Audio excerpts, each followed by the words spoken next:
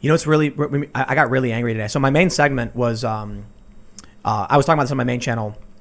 Pro-life Democrats took out a full-page ad in the New York Times saying the Democrats have gone crazy on abortion and that if they don't moderate their position, they're going to lose 30% of their voter base to Donald Trump. Because like I talked to Steven Crowder about this on his show, conservative, pro-life. And I was like, I'm pro-choice, but these people are nuts. And Crowder basically said the Republicans are offering up negotiations to disaffected liberals, like, let's have a conversation about it. The left is saying no, like outright. And so anyway, I bring this up because we ended up seeing this, and there was another story, an article written by Bridget Fedesi. You guys know Bridget? Yeah. I do, yeah. Commentator. She's great. And she talked about how she got hundreds of emails from people who are politically homeless. Some of them are conservatives who are going to vote for Biden. But she said for the most part, it seems like she wouldn't be surprised if Trump wins in a landslide based on the things she was hearing. I was talking about this. I started to get more and more heated because the other house is in Philly. The other, like where the studio is actually functioning, and we're trying to build this one out. And I thought we were safe. I thought we were totally fine. I lived in New York, and I remember the protests were getting a little crazy, and I was like, this is years ago. So I'd see them periodically, and I'd be like, whatever, they're just marching around. It's no big deal. But if civil unrest gets bad, I don't want to be here. Then some bombs got planted. I have no idea what that was about. I don't think it was about like political or anything like that, and politics. But I had moved from New York to Jersey, partly because 2 cops got executed in front of my house. I look out my window. I look down the street, not this intersection right here, but the next one over. So it was literally just like 1 block over. Two cops were sitting in their car, and a guy came up and said, he posted on Instagram, you take 2 of ours, we take 2 of yours. Killed these 2 guys. And so I realized, like, there's some political problems coming. So I moved to the suburbs eventually. I'm like in Jersey. I was in Jersey. That's when the bombs happened. And I was like, I can't live here. This is getting too crazy for me. And like, my thing is, I traveled all around the world covering all of this conflict and crisis. So I don't want it anywhere near where I live because I see what that stuff is like. So when it started getting worse, I'm like, I'm leaving. I moved to the Philly suburbs, outside, like not even that close to Philly. It's on the other side of the road. It's in Jersey. And I was like, we are safe here. There are but trees surrounding us. We have very few neighbors.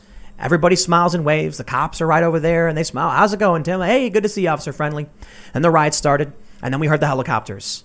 And I'm sitting in the other studio, and it's like crazy sirens everywhere. Helicopters. I go outside on the deck and I look, I'm like, they're within a few miles of my house.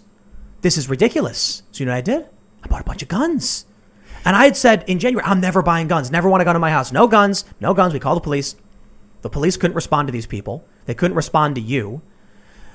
So I went out and bought weapons.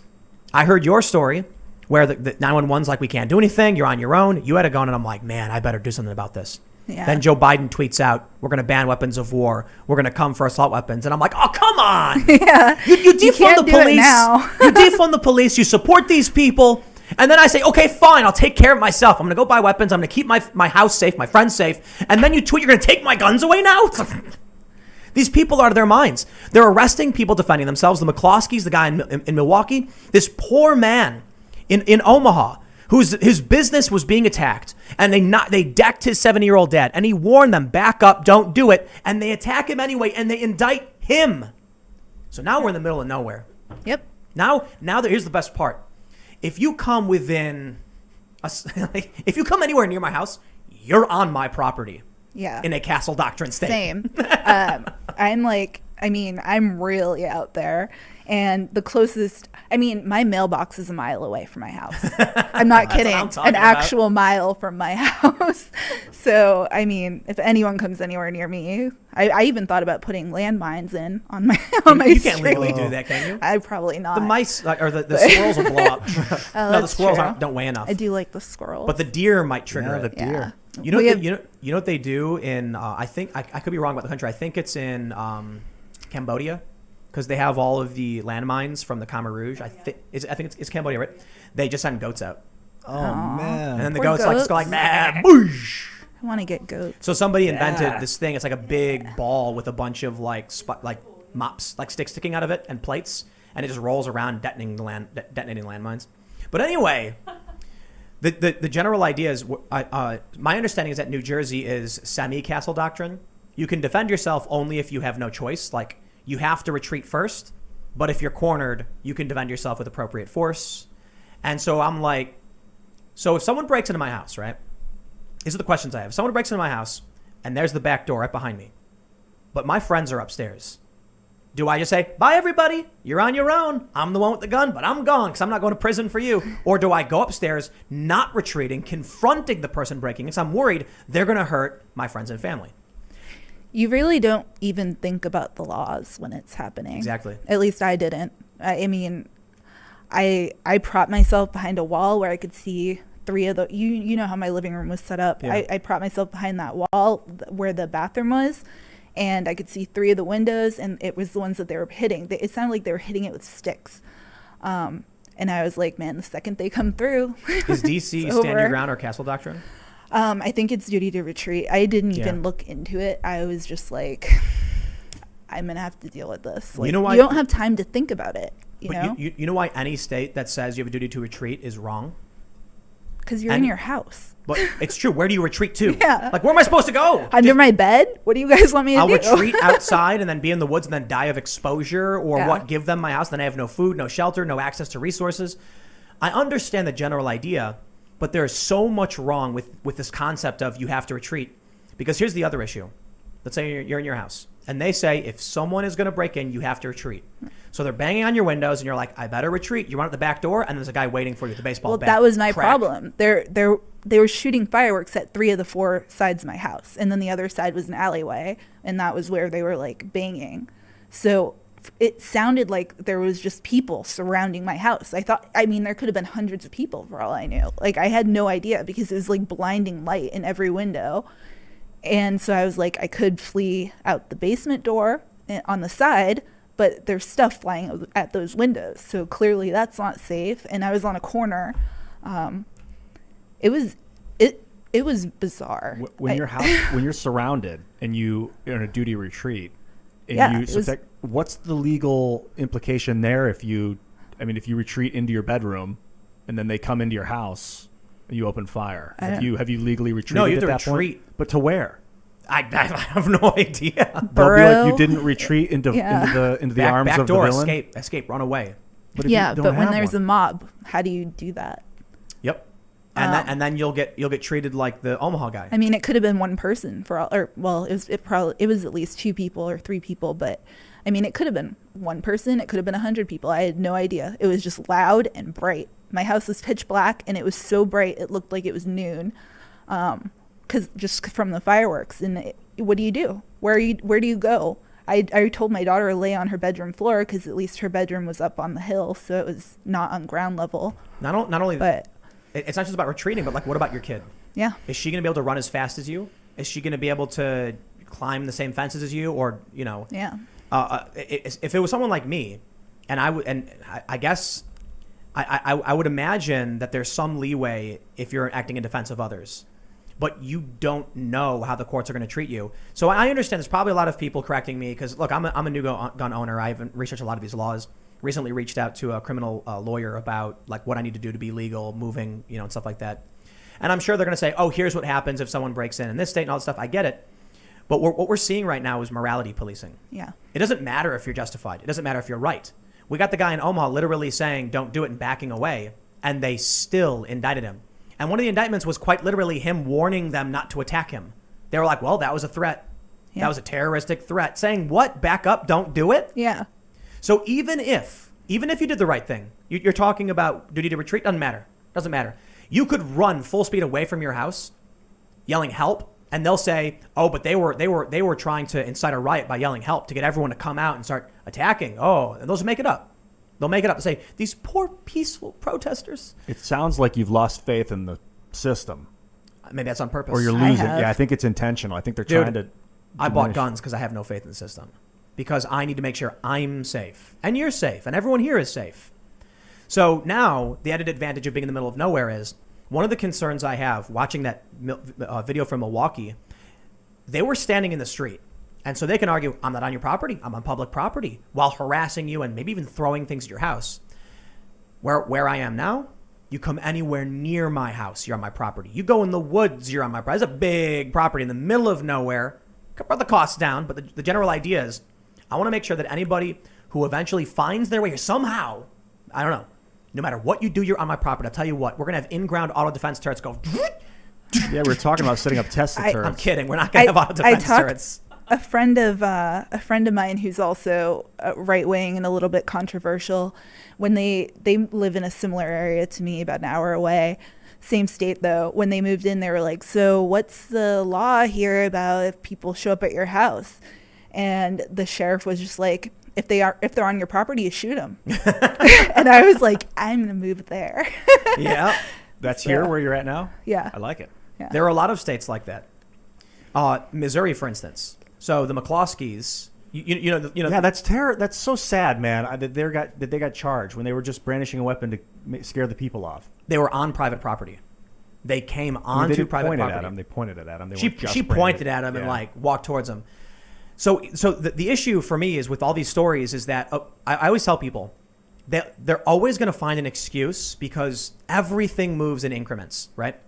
We're not going to see, in my opinion, or we might, like a bunch of Black Lives Matter people right now running up to a random elderly woman's home, beating the crap out of her on a live stream and burning her house down. That's really extreme, and everyone would turn on them. But it slowly happens, right? And they have excuses. So first, they go to the McCloskeys' house. The McCloskeys are eating dinner. They see this mob come in. The gate gets broken somehow. And so they pull out their weapons and say, back off. Then the Black Lives Matter group says, we were peacefully protesting, and they pulled guns. Then these leftists go, oh. And the media will never show you the broken gates or any of the things that they destroyed on their way there for that peaceful protest. So it's the increment, though, right? Mm-hmm. As long as the regular liberals can go, yeah, but I mean, even though they were trespassing, don't you think it's a little extreme? We pulled out an assault rifle. Then what happens next? Then we get the Milwaukee guy. Now they're standing in front of his house screaming for hours and hours, and he brandishes his weapon. Then he gets arrested straight up. And then they say, "Whoa, wow, I can't believe he was pointing the gun at those peaceful protesters." The next thing that's going to happen is, like, they're going to go to someone's house and they're going to kick the door in. And they're going to be like, dude, he kicked the door in, but he didn't deserve to die. Yeah. If right now somebody kicked the door into like a random person's house, the media might have no choice. So like the Andy No incident. You know Andy No? Yeah. He got brutally beaten in the street by Antifa. Yeah. The media had no choice. It was such a dramatic escalation from what Antifa had done in the past that everyone was like, whoa, whoa, whoa, too much, too fast. So Antifa had to pull back a little bit. Pull back. Oops. And then after time, they started working on all of the hit pieces, the smears, calling him a white supremacist. Now that he's a white supremacist, now the media won't cover it if he gets attacked again. So it's increments. I talked about this a long time ago, and I've been predicting they're going to start coming to people's homes. And then they started coming to people's homes. I predicted the morality police will arrest you when you defend your property several months ago. I was like, it's only a matter of time before they go to someone's house. Some guys like stay off my property, and the cops are like, it's easier to arrest the homeowner than it is to deal with the mob. And that happened already. And now Omaha is probably the most worrying and terrifying story yet. Jake Gardner, Marine veteran, with 2 tours in Iraq, I think. Yeah. Bar owner, small business owner, minding his own business, giving warnings, backing away, and they came for everything. And his business, his family, his home. He was so much nicer than me, or like half the people I know. I mean, did you watch the video of him talking about the Women's March? He's a really nice guy. Like, I was like, wow, I should be nice like that. And then I was like, wait, no, I shouldn't. He's dead right now because of these people. I wonder if... But he was just so good. Like, and they still made him into a demon. Yeah. Like, This is where they busted into the bar, this group. They started smashing stuff up. What happened? They walked into the bar? So there was like a group smashing up windows in Omaha. And the bar owner's dad came out and told them, like, something to the effect of, like, probably back off. He pushed somebody. He pushed somebody. Okay. And then someone runs up full speed and just, like, drop kicks him or something and slams him to the ground. And he's, like, 70. Disproportionate. Okay. But, look, the dad should not have shoved somebody. Right. Okay? But it doesn't warrant jumping and decking the guy. Somebody shoves you, you got to know when you're like, okay, back off, man. But it's true. You know, criticism where it's due, although it's not the most egregious thing that happened that night. So the son came over like, yo, what are you doing? Don't mess with my dad. And 2 guys start encroaching on him. He pulls up his shirt to show his weapon. And it's all on video. And he's like, don't do it. I'm warning you, don't do it. Don't do it. And he's backing away. The 2 guys attack him. He pulls out his gun, and while they're holding him down, he fires 2 warning shots. They run away. As he's struggling to get up, he's like on the ground, and he's like staggered.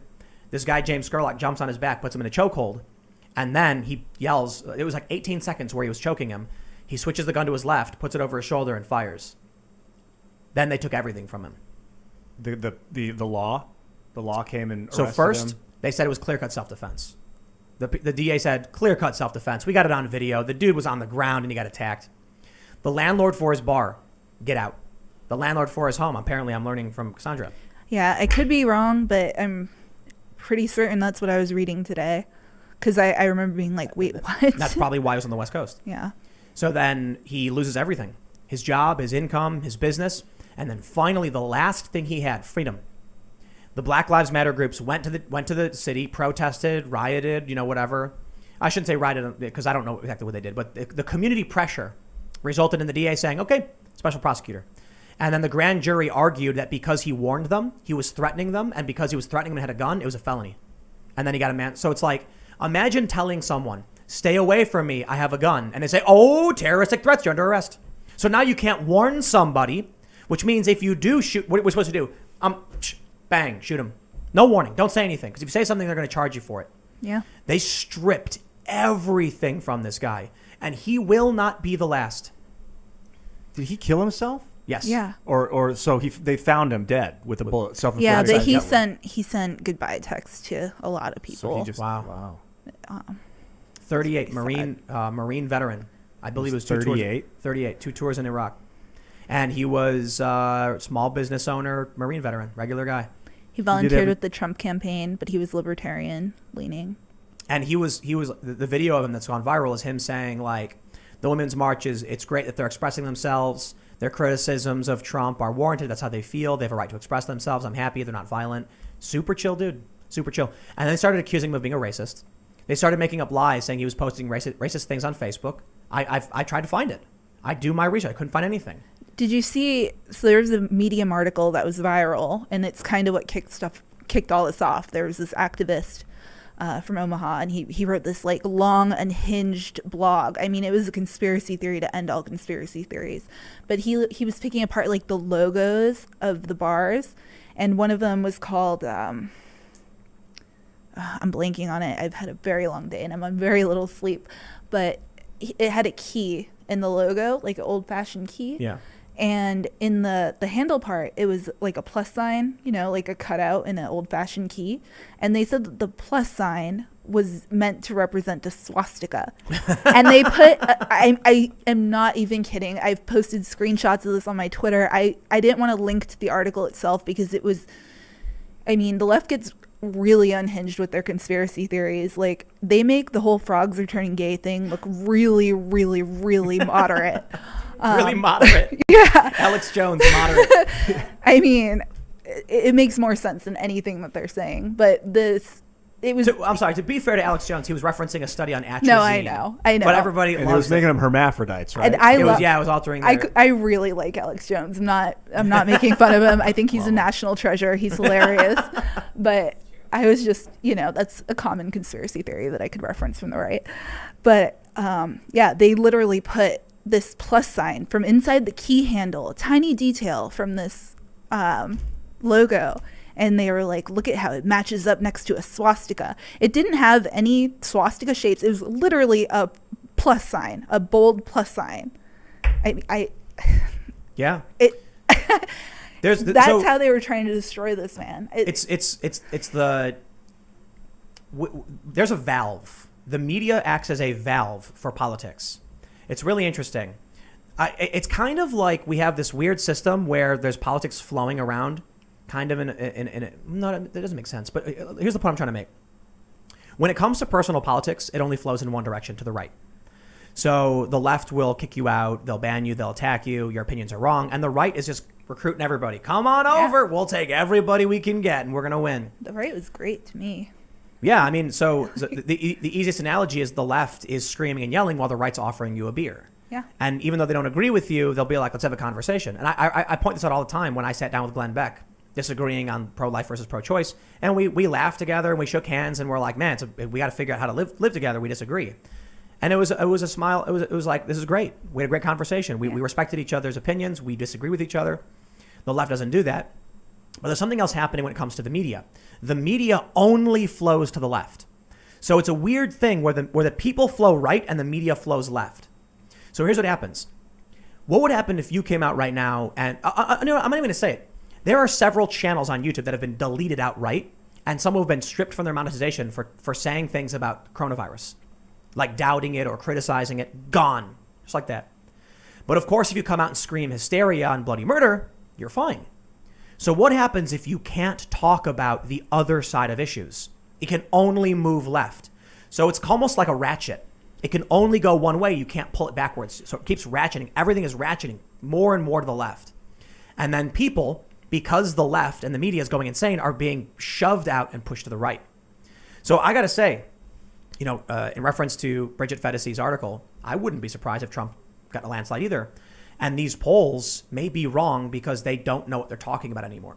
I think their methodology is probably broken. All these pollsters, Rasmussen was the only one who got it right. They were like, I would say, I think they were the only one who got it right on 2016. Mm-hmm. It was like they predicted, I think, 2 points and Hillary got 1.7 or something like that.